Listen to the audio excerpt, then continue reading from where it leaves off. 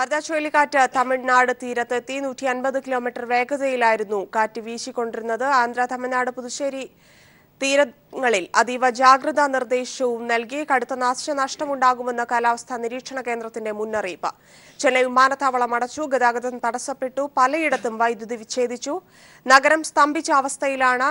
റിനു ശ്രീധർ ചേരുന്നു. റിനു, വാർത്തയുടെ ഏറ്റവും പുതിയ വിവരങ്ങൾ എന്തൊക്കെയാണ്? ധന്യ, ഏറ്റവും പുതിയ വിവരം നമുക്ക് നൽകാനുള്ളത് ചെന്നൈയെ അതിദാരുണമായി ഒരു അവസ്ഥയിലേക്ക് മാറ്റിയ, ജനങ്ങളെ ഭീതിയിലാഴ്ത്തിയ വാർത്ത പിൻവാങ്ങി തുടങ്ങി എന്നുള്ളത് തന്നെയാണ് ഏറ്റവും പുതിയതായി പറയാനുള്ളത്. ആന്ധ്രയുടെ തീരപ്രദേശങ്ങളിലേക്ക് വീശി അടിച്ചുകൊണ്ട് മാറിയിരിക്കുകയാണ് വർധ എന്ന് വേണം പറയാൻ. ഇന്ന് ഉച്ചയ്ക്ക് 1:30 ജനങ്ങളെ ഭീതിയിലാഴ്ത്തി. പ്രത്യേകിച്ച് ചെന്നൈയിലെ കാഞ്ചീപുരം, അതുപോലെ തന്നെ തിരുവള്ളൂർ, പിന്നെ ജില്ലകളിലും കടലോര മേഖലകളിലുമൊക്കെ ഉള്ള ജനങ്ങളെ ഭീതിയിലാഴ്ത്തിക്കൊണ്ട് വീശിയടിച്ച ഉഗ്രരൂപിയായിട്ടുള്ള വാർത്ത പിൻവാങ്ങി തുടങ്ങി എന്നുള്ളത് തന്നെയാണ് നമുക്ക് പറയേണ്ടിയിരിക്കുന്നത്. ഒപ്പം നാഗപട്ടണം, കടലൂർ, ചെന്നൈ, കാഞ്ചീപുരം, പിന്നെ അതുപോലെ തന്നെ ആന്ധ്രയിലെ നെല്ലൂർ എന്നിവിടങ്ങളിലും 200-ൽ പരം ദുരിതാശ്വാസ ക്യാമ്പുകൾ തുടങ്ങി എന്നുള്ളത് തന്നെയാണ്.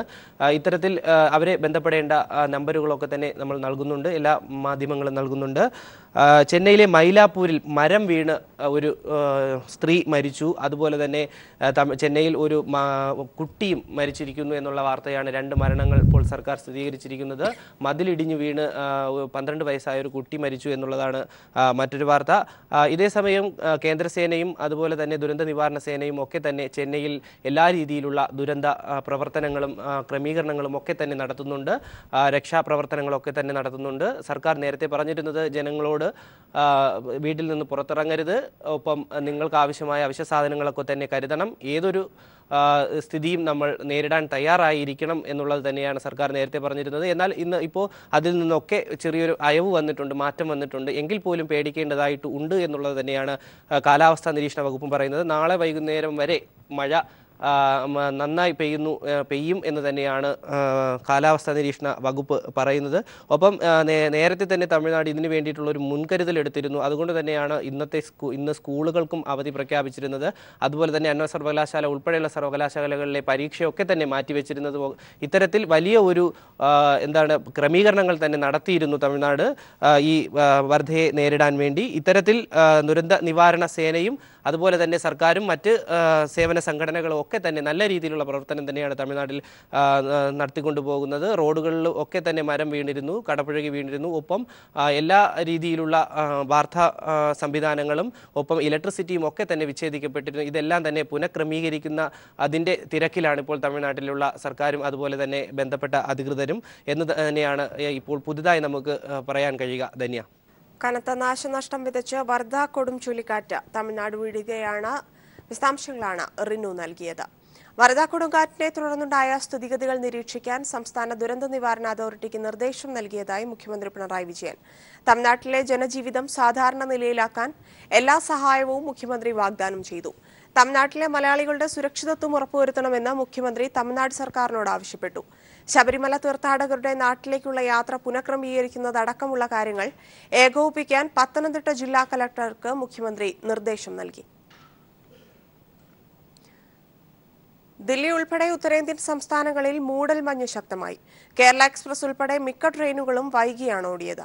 അന്താരാഷ്ട്ര വിമാന സർവീസുകളുടെ അടക്കം സമയം പുനഃക്രമീകരിച്ചു. അടുത്ത കാലത്തുണ്ടായതിൽ വെച്ച് ഏറ്റവും ശക്തമായ മൂടൽമഞ്ഞാണ് ദില്ലിയിൽ അനുഭവപ്പെടുന്നത്. 150 മീറ്ററിൽ താഴെയാണ് മൂടൽമഞ്ഞിലെ പരമാവധി കാഴ്ചപരിധി. സ്വകാര്യ വാഹനങ്ങളുമായി നിരത്തിലിറങ്ങുന്നവർ ജാഗ്രത പാലിക്കണമെന്നാണ് മുന്നറിയിപ്പ്. മൂടൽമഞ്ഞ് ശക്തമായതോടെ കേരള എക്സ്പ്രസ് ഉൾപ്പെടെ 70ഓളം ട്രെയിൻ സർവീസുകൾ വൈകിയാണ് ഓടിയത്. 6ഓളം ട്രെയിനുകൾ റദ്ദാക്കി. ട്രെയിൻ സർവീസുകളുടെ സമയം പുനഃക്രമീകരിച്ചു. ദില്ലി അന്താരാഷ്ട്ര വിമാനത്താവളത്തിൽ നിന്നുള്ള ഒരു അന്താരാഷ്ട്ര വിമാന സർവീസും 6 ആഭ്യന്തര സർവീസുകളും വൈകി. വരുന്ന ദിവസങ്ങളിലും മൂടൽമഞ്ഞ് കൂടുതൽ ശക്തമാകാനാണ് സാധ്യതയെന്ന് കാലാവസ്ഥാ നിരീക്ഷണ കേന്ദ്രം റിപ്പോർട്ട് നൽകി. ഉത്തർപ്രദേശ്, പഞ്ചാബ്, ഹരിയാന സംസ്ഥാനങ്ങളും അതിശൈത്യത്തിന്റെ പാതയിലേക്കാണ് നീങ്ങുന്നത്. News bureau, Delhi. സഹകരണ മേഖലയെ തകർക്കുന്ന കേന്ദ്ര സർക്കാർ നിലപാടിൽ പ്രതിഷേധിച്ച് കാസർഗോഡ് മുതൽ തിരുവനന്തപുരം വരെ മനുഷ്യച്ചങ്ങല നടത്താൻ LDF യോഗം തീരുമാനിച്ചു. ഈ മാസം 29-ന് വൈകിട്ടാവും പരിപാടി നടത്തുക. മനുഷ്യച്ചങ്ങലയുടെ ഭാഗമായി സംസ്ഥാന വ്യാപകമായി പ്രചരണ പ്രവർത്തനങ്ങൾ നടത്താനും യോഗം തീരുമാനിച്ചു. സഹകരണ മേഖല നേരിടുന്ന പ്രതിസന്ധിയുടെ പശ്ചാത്തലത്തിലാണ് മനുഷ്യച്ചങ്ങല സംഘടിപ്പിക്കാൻ LDF സംസ്ഥാന സമിതി യോഗം തീരുമാനിച്ചിരിക്കുന്നത്. ഡിസംബർ 29 വൈകിട്ട് 5 മണിക്ക് കാസർഗോഡ് നിന്നും തിരുവനന്തപുരം വരെ ബഹുജനങ്ങളെ അണിനിരത്തും. പ്രചരണത്തിന്റെ ഭാഗമായി ഡിസംബർ 20 പഞ്ചായത്ത് അടിസ്ഥാനത്തിൽ ജനകീയ കൺവെൻഷൻ ചേരും. 22 കാൽനട പ്രചരണ ജാഥകളും 27, 28 തീയതികളിൽ വീടുകൾ കയറിയുള്ള പ്രചരണ പ്രവർത്തനവും നടത്തും. നമ്മുടെ നാട്ടിൽ ഈ ജനകീയ പ്രശ്നങ്ങൾ നാട്ടിലെ ജനങ്ങളുടെയാകെ മുമ്പിൽ പ്രചരിപ്പിച്ചുകൊണ്ട് ഡിസംബർ 29 തീയതി കാസർഗോഡ് നിന്ന് തിരുവനന്തപുരം വരെ ഒരു മനുഷ്യച്ചങ്ങല തീർക്കണമെന്ന് തീരുമാനിച്ചിരിക്കുകയാണ്. ഈ മനുഷ്യച്ചങ്ങലയിൽ കണ്ണികളായി എല്ലാ വിഭാഗം ജനങ്ങളെയും എല്ലാ ജനാധിപത്യ വിശ്വാസികളെയും പങ്കെടുപ്പിക്കണം എന്നുമാണ് താൽപ്പര്യപ്പെടുന്നത്. പ്രതിപക്ഷം സഹകരിക്കാൻ തയ്യാറാണെങ്കിൽ മനുഷ്യച്ചങ്ങലയിൽ അവരെയും ഭാഗവാക്കാക്കും. നിലമ്പൂരിലെ മാവോയിസ്റ്റുകളുടെ ഏറ്റുമുട്ടൽ കൊലപാതകം LDF യോഗം ചർച്ച ചെയ്തില്ലെന്ന് വൈക്കം വിശ്വൻ പറഞ്ഞു. പിണറായിക്കെതിരെ മധ്യപ്രദേശിൽ നടന്ന സംഭവത്തിൽ LDF സംസ്ഥാന സമിതി യോഗം പ്രതിഷേധം രേഖപ്പെടുത്തി. News bureau, Thiruvananthapuram. വാർത്തകളിലേക്ക്. നോട്ട് അസാധുവാക്കലിനു ശേഷം ഇതുവരെ റിസർവ് ബാങ്കിന് പുറത്തിറക്കാനായത് 5 ലക്ഷം കോടി രൂപയുടെ പുതിയ നോട്ടുകൾ മാത്രം. അസാധുവാക്കിയ നോട്ടുകളുടെ മൂല്യത്തിന്റെ 1/3 മാത്രമാണിത്. പ്രധാനമന്ത്രി പറഞ്ഞ സമയപരിധി ഡിസംബർ 30 അവസാനിക്കാനിരിക്കെ വരും ദിവസങ്ങളിൽ കറൻസി ദൗർബല്യം കൂടുതൽ രൂക്ഷമായേക്കും. നവംബർ 8 പ്രധാനമന്ത്രി അപ്രതീക്ഷിത പ്രഖ്യാപനത്തിലൂടെ അസാധുവാക്കിയത് 15.5 ലക്ഷം കോടി രൂപ മൂല്യം വരുന്ന 1000, 500 രൂപ നോട്ടുകൾ. പ്രഖ്യാപനം കഴിഞ്ഞ് 33 ദിവസം പിന്നിട്ടപ്പോഴേക്കും റിസർവ് ബാങ്ക് ഓഫ് ഇന്ത്യക്ക് പുറത്തിറക്കാനായത് 5 ലക്ഷം കോടി രൂപയുടെ പുതിയ കറൻസികൾ മാത്രം. അസാധുവാക്കിയ നോട്ടുകളുടെ 1/3 അസാധുവാക്കുന്നതിന് മുൻപേ ബാങ്കുകളിൽ ഉണ്ടായിരുന്ന 2 ലക്ഷം കോടി രൂപയുടെ കറൻസികൾ കൂടി ചേർത്താൽ 7 ലക്ഷം കോടിയുടെ കറൻസികൾ മാത്രമാണ് ഇപ്പോൾ വിനിമയം നടക്കുന്നത്. പ്രതിദിനം 12,000 കോടി മുതൽ 15,000 കോടി രൂപയുടെ കറൻസികൾ വരെ അച്ചടിക്കാനുള്ള ശേഷിയാണ് റിസർവ് ബാങ്ക് ഓഫ് ഇന്ത്യക്കുള്ളത്. ഇത് പരിഗണിച്ചാൽ ഡിസംബർ 30 വരെ 2.5 ലക്ഷം കോടി രൂപയുടെ പുതിയ നോട്ടുകൾ കൂടി മാത്രമായിരിക്കും പുറത്തിറക്കാൻ കഴിയുക. നിലവിലുള്ള 7 ലക്ഷം കോടിയും പുതുതായി അച്ചടി പ്രതീക്ഷിക്കുന്ന 2.5 ലക്ഷം കോടിയും ചേർത്താൽ ഡിസംബർ 30 ആവുമ്പോഴേക്കും 9.5 ലക്ഷം കോടിയുടെ കറൻസിയാണ് പരമാവധി പുറത്തിറക്കാനാവുക. നോട്ട് നിരോധനത്തിന് മുൻപ് 17.5 ലക്ഷം കോടിയുടെ കറൻസി ഉണ്ടായിരുന്ന സ്ഥാനത്ത് ഡിസംബർ 30 ആവുമ്പോഴേക്കും ഉണ്ടാവുക പകുതിയോളം, അതായത് 9.5 ലക്ഷം കോടിയുടെ കറൻസികൾ മാത്രമാകും. പകുതിയോളം കറൻസിയുടെ കുറവ് വരുന്നത് സമ്പദ്ഘടനയ്ക്ക് ഗുരുതര ആഘാതം ഏൽപ്പിക്കുമെന്നാണ് വിദഗ്ധരുടെ വിലയിരുത്തൽ. ജനുവരി 1 അടുക്കുമ്പോഴേക്കും സർക്കാർ നേരിടാൻ പോകുന്ന ഏറ്റവും വലിയ പ്രതിസന്ധി അടുത്ത മാസത്തെ ശമ്പളം കൊടുക്കുക എന്നുള്ളതാണ്. ആ ശമ്പളത്തിന് കറൻസി ആവശ്യമാണ്. ആ കറൻസി എത്രയും വേഗം അടിച്ചു തീർക്കാനുള്ള ഒരു തത്രപ്പാട്, ഒരു പരിഭ്രാന്തമായ ഒരു ശ്രമമാണ് ഇപ്പോൾ നടന്നുകൊണ്ടിരിക്കുന്നത്. ഡിസംബർ 30 ആകുമ്പോഴേക്കും എല്ലാ പ്രതിസന്ധിയും പരിഹരിക്കുമെന്നും പിന്നീട് മാറ്റം കണ്ടറിയാമെന്നുമാണ് പ്രധാനമന്ത്രിയുടെ ഉറപ്പ്. എന്നാൽ ആ മാറ്റം സമ്പദ്ഘടനയ്ക്ക് അനുകൂലമാകില്ല എന്നതിലേക്കാണ് നിലവിലെ കണക്കുകൾ വിരൽ ചൂണ്ടുന്നത്. ദില്ലിയിൽ നിന്നും M. സന്തോഷ്. ഭക്ഷ്യ എണ്ണ കയറ്റുമതിയുടെ മറവിൽ കൊച്ചിയിലെ വ്യവസായിയുടെ അക്കൗണ്ടിലേക്ക് ബൾഗേറിയയിൽ നിന്നെത്തിയ 55 കോടി രൂപ കണ്ടുകെട്ടാൻ എൻഫോഴ്സ്മെന്റ് ശുപാർശ.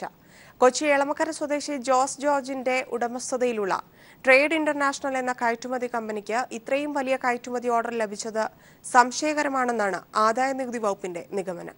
ഇക്കഴിഞ്ഞ ജൂലൈയിലാണ് കൊച്ചി എളമക്കര സ്വദേശി ജോസ് ജോർജിന്റെ വെല്ലിംഗ്ടൺ ഐലൻഡിലെ SBI ബ്രാഞ്ചിലെ അക്കൗണ്ടിലേക്ക് 55 കോടി രൂപ എത്തിയത്. ഇതിൽ 29.5 കോടി രൂപ ഇദ്ദേഹം ഭാര്യയുടെയും ബന്ധുക്കളുടെയും പേരിലേക്ക് മാറ്റുകയും ചെയ്തു. ഇടപാടിൽ സംശയം തോന്നിയ ബാങ്ക് അധികൃതർ കസ്റ്റംസിനെയും ആദായനികുതി വകുപ്പിനെയും വിവരമറിയിക്കുകയും ചെയ്തു. ഹാർബർ പോലീസ് കേസെടുത്ത് അന്വേഷണം തുടങ്ങുകയും ചെയ്തിരുന്നു. ഇതിനു പുറമെ കസ്റ്റംസും ആദായനികുതി വകുപ്പും അന്വേഷണം നടത്തി. വിവിധ അന്വേഷണ ഏജൻസികൾക്ക് ജോസ് ജോർജ് നൽകിയ വിശദീകരണം തൃപ്തികരമല്ലെന്ന് ചൂണ്ടിക്കാട്ടിയാണ് പണം താൽക്കാലികമായി കണ്ടുകെട്ടാൻ എൻഫോഴ്സ്മെന്റ് ഇപ്പോൾ നടപടി തുടങ്ങിയിരിക്കുന്നത്. ബൾഗേറിയയിലെ സ്വസ്താഡി എന്ന കമ്പനിക്കായി 10 ലക്ഷം മെട്രിക് ടൺ ഭക്ഷ്യ എണ്ണ കയറ്റുമതി ചെയ്തുവെന്നാണ് ജോസ് ജോർജിന്റെ അവകാശവാദം. എന്നാൽ ഇത് സംബന്ധിച്ച രേഖകൾ വ്യാജമാണെന്ന് കണ്ടെത്തിയിട്ടുണ്ട്. കൂടാതെ രേഖകളിൽ പറയുന്ന സ്വസ്താഡി കമ്പനി നിലവിലുണ്ടോ എന്ന കാര്യവും വിദേശകാര്യ മന്ത്രാലയത്തിന്റെ സഹായത്തോടെ ആദായനികുതി വകുപ്പ് അന്വേഷിക്കും. News bureau, Kochi. സ്റ്റാർട്ടപ്പ് സംരംഭങ്ങൾക്കായി ഈ വർഷം 300 കോടി രൂപ സർക്കാർ വകയിരുത്തിയിട്ടുണ്ടെന്ന് മുഖ്യമന്ത്രി പിണറായി വിജയൻ. ചെറിയ സംസ്ഥാനം എന്ന നിലയിൽ കേരളം വലിയ തുകയാണ് സ്റ്റാർട്ടപ്പുകൾക്ക് വകയിരുത്തിയിട്ടുള്ളതെന്ന കാര്യത്തിൽ സംശയമില്ലെന്നും പിണറായി പറഞ്ഞു. ഏതൊരു വിദ്യാർത്ഥിക്കും സാങ്കേതിക വിദ്യ അറിയാവുന്ന തരത്തിൽ IT മേഖലയിൽ വലിയ കുതിച്ചുചാട്ടമാണ് സംഭവിക്കുന്നത്. മാറ്റങ്ങൾ ക്രമാനുഗതമാകണമെന്നും തല്ലിപ്പഴപ്പിച്ച് മാറ്റങ്ങൾ വരുത്താൻ ശ്രമിച്ചാൽ ഗുണമുണ്ടാകില്ലെന്നും പിണറായി പറഞ്ഞു.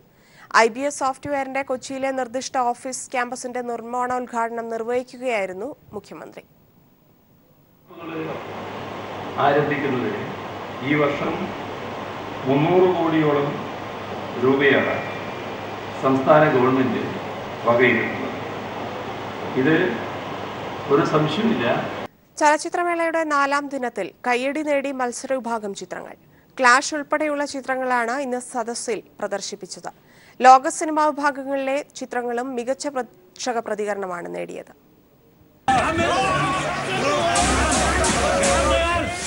ആദ്യ പ്രദർശനത്തിൽ തന്നെ പ്രേക്ഷക പ്രശംസ നേടിയ ഈജിപ്ഷ്യൻ ചിത്രം ക്ലാഷാണ് രാജ്യാന്തര ചലച്ചിത്രമേളയുടെ 4ാം ദിനത്തിൽ തരംഗമായത്. ക്ലാഷ് കാണാൻ കൈരളിയിൽ റിസർവ് ചെയ്തവരും അല്ലാത്തവരുമായി ആളേറെ എത്തിയപ്പോൾ രാവിലെ മുടങ്ങിയ പ്രദർശനം വൈകിട്ട് നിശാഗന്ധിയിലാണ് നടന്നത്. അവിടെയും നിറഞ്ഞ സദസ്സ്.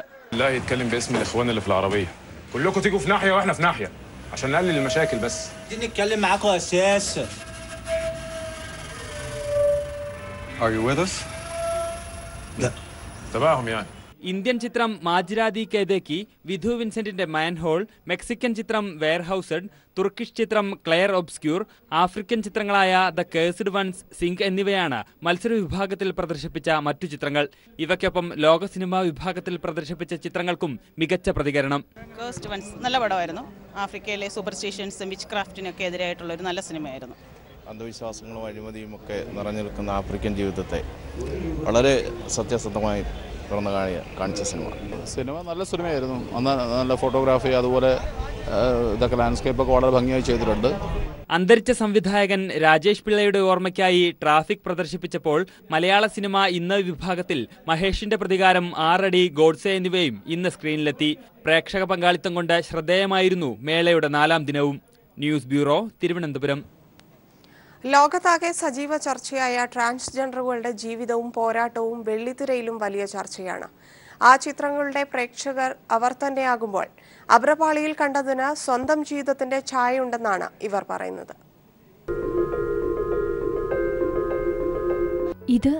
ഇത് ഞാനല്ലേ? എന്റെ കഥ തന്നെയല്ലേ ഇത്? ഈ പടവുകൾ കടന്നല്ലേ ഞാൻ ഇവിടെ വരെ എത്തിയത്?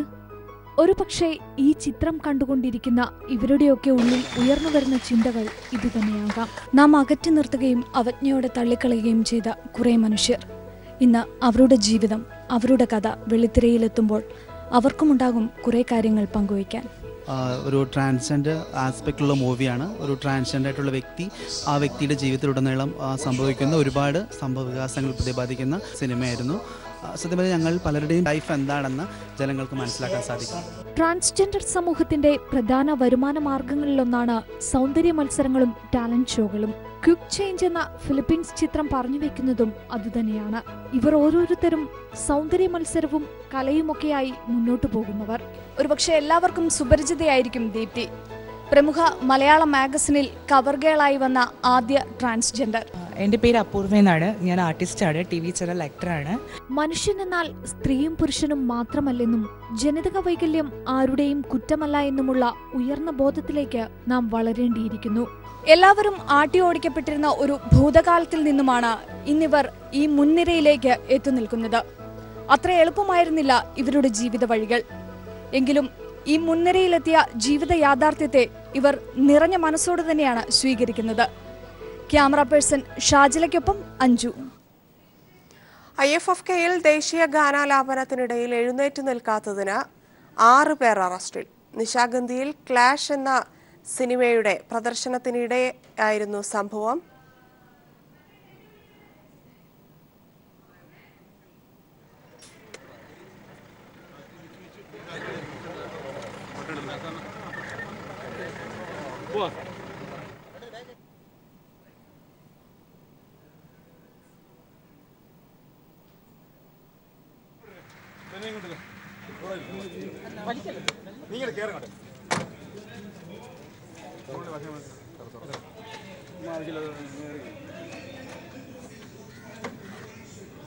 ഇങ്ങോട്ട് വന്ന